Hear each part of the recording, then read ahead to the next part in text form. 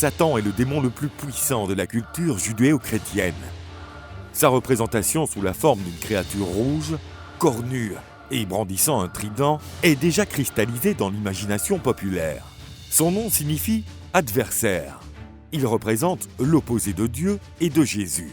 Satan est toujours en opposition avec Dieu lorsqu'il lutte pour l'âme des hommes. Satan est généralement associé à la figure de Lucifer, qui était autrefois un être céleste. Cependant, dans un acte d'orgueil, il se rebella contre Dieu. Lucifer convainquit d'autres anges de se battre contre le Créateur.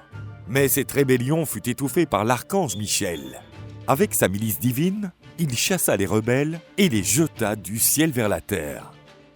Lucifer et les autres anges déchus commencèrent à habiter l'enfer, et le chef des anges rebelles fut identifié comme Satan. Selon certaines interprétations, Satan prit la forme d'un serpent et convainquit Ève de goûter aux fruits défendus, provoquant l'expulsion de l'humanité du paradis. Lorsqu'il est identifié comme le diable, Satan personnifie tout le mal.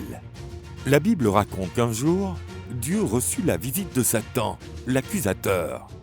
Le Seigneur lui présenta Job, un homme si vertueux et si fidèle que Satan ne pourrait jamais souiller son âme. Mais l'adversaire de Dieu prétend que Job ne lui est fidèle que parce qu'il compte sur ses bénédictions et qu'il a donc tout ce qu'il veut. Satan fit un pari avec Dieu. Sans ses bénédictions, la foi de Job deviendrait poussière et il maudirait Dieu. Tout fut retiré à Job. Les biens, les serviteurs, le prestige, même sa famille. Mais Satan perdit le pari. Malgré toutes les souffrances, Job refusa de maudire le Créateur. Mais l'apparition biblique la plus célèbre de Satan est sa rencontre avec Jésus. Ce dernier était parti au désert sous la conduite de l'Esprit Saint, où il passa 40 jours et 40 nuits à jeûner. Remarquant la faim de Jésus, Satan transforma des pierres en pain. Mais Jésus résista à la tentation. Puis Satan mit Jésus au défi de se jeter du haut d'une montagne, pour voir si des anges le sauveraient. Mais Jésus répondit qu'il n'était pas nécessaire de mettre le Seigneur à l'épreuve. Enfin, Satan offrit le monde à Jésus s'il acceptait d'adorer le Seigneur depuis l'enfer.